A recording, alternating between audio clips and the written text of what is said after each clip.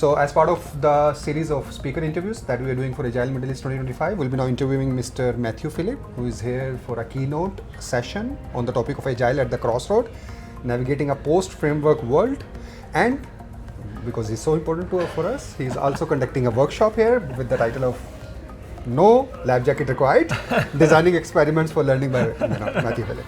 So for those of you who already does not know about Matthew Phillip, can you briefly introduce yourself and tell us what you are currently focused on? Sure, yeah. Well, I've been working in software development mostly for the last 25 years now. I feel old now. So I've seen a lot of things, and we've gone through frameworks, lots of things with the Agile movement.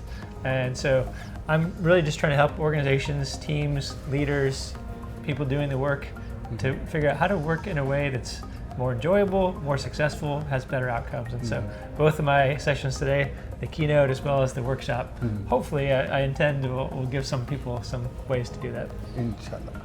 As we say in Dubai, inshallah. What do you think has gone wrong with how Agile is being practiced today in large organizations?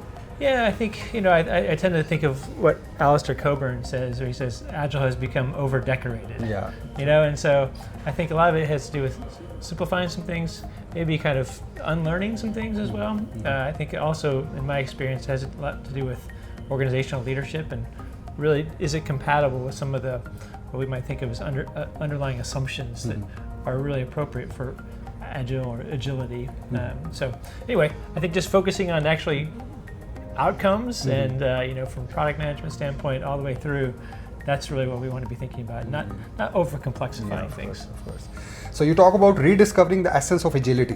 What does that mean for leaders and teams in practice? Yeah, I think it goes back to, not just the Agile Manifesto itself, but really exploring the underlying beliefs that we have. For example, organizations may think it's better to be busy. It's better to have everybody really fully used, fully occupied. We need to start work as quickly as possible, and so I think it helps to look at those underlying beliefs and assumptions, because we have a lot of good practices, but those practices are going to just not work if the underlying beliefs and the culture are not there. Yeah, exactly. So can you share a specific moment or insight that helped you realize frameworks weren't enough? Well, yeah, that's a big question, but yeah, I think for me, when I've seen frameworks be used in a way that actually inhibits agility, people just spend more and more time serving the machine, so to speak, and so I think, sometimes it's just good to take a step back and say, what do we need to deliver here? How do we create flow in our system, rather than imposing a lot of friction and adding stuff? When I hear people say, well, Agile, I don't have time for Agile, it means too many meetings. Yeah. That's probably a red flag that we need to step back. So some of those things have really gotten to me. Okay, so in your workshop now, we'll talk about your workshop. You shift focus to experiments. Why is experimentation so critical in today's Agile world? Yeah, I think it has to do a lot with the world we're living in terms of complexity. So and it's uncomfortable because in complexity, there's a limitation to expertise. So people, there's a lot of talented people out there, a lot of knowledgeable, deep experts, but in complexity, it's hard to know ahead of time.